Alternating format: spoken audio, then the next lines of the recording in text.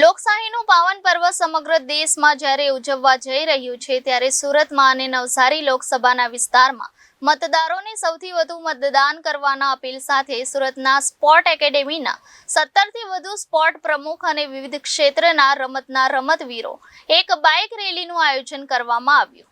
લોકશાહીના પાવન પર્વ સમગ્ર દેશમાં ઉજવવા જઈ રહ્યા છે ત્યારે સુરતમાં અને નવસારી લોકસભાના વિસ્તારોમાં મતદારોને સૌથી વધુ મતદાન કરવાની અપીલ સાથે સુરતના સ્પોર્ટ એકેડેમીના 17થી વધુ સ્પોર્ટ પ્રમુખ અને વિવિધ ક્ષેત્રના રમતવીરો એક બાઇક રેલી અશ્વિન એટી કોલેજથી પાલ અડાજણ વિસ્તારમાં ફરી ખાસ કરીને નવસારી લોકસભાના મત વિસ્તારમાં સૌથી વધુ મતદાન થાય એ હેતુથી નવસારી લોકસભાના મત વિસ્તારના એક આયોજન કરવામાં આવ્યું હતું। તેમાં મોટી સંખ્યામાં રમતવીરો હાજર રહ્યા હતા। આપનો પરિચય?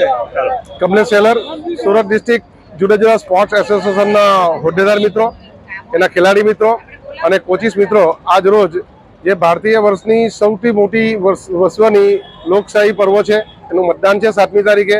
મોટામાં મોટી સંખ્યામાં મતદારો આમાં ભાગ લે તેના માટેના અભિયાન માટે આ સ્પોર્ટ્સના વિલ્લાઓ અપીલ કરવા માટે લોક જાગૃતિ માટે આજની રેલી કરે।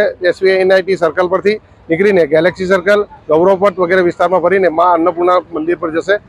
જુદી જુદી 24 જેટલા એસોસિએશનો જે આપણા ત્યાં કાર્યરત છે અને તેના ઘણા નેશનલ પ્લેયરો, સ્ટેટ ખેલાડીઓ આ રેલીમાં ભાગ લઈ રહ્યા છે અને મતદારોને ખૂબ મોટી સંખ્યામાં મતદાન થાય તેના માટેની આ એક સારો પ્રયત્ન અમારા જે કોચિસ મિત્રો છે, એના આગેવાન મિત્રો છે, તેના સાથ સહકારથી કરવામાં આવી રહ્યો છે।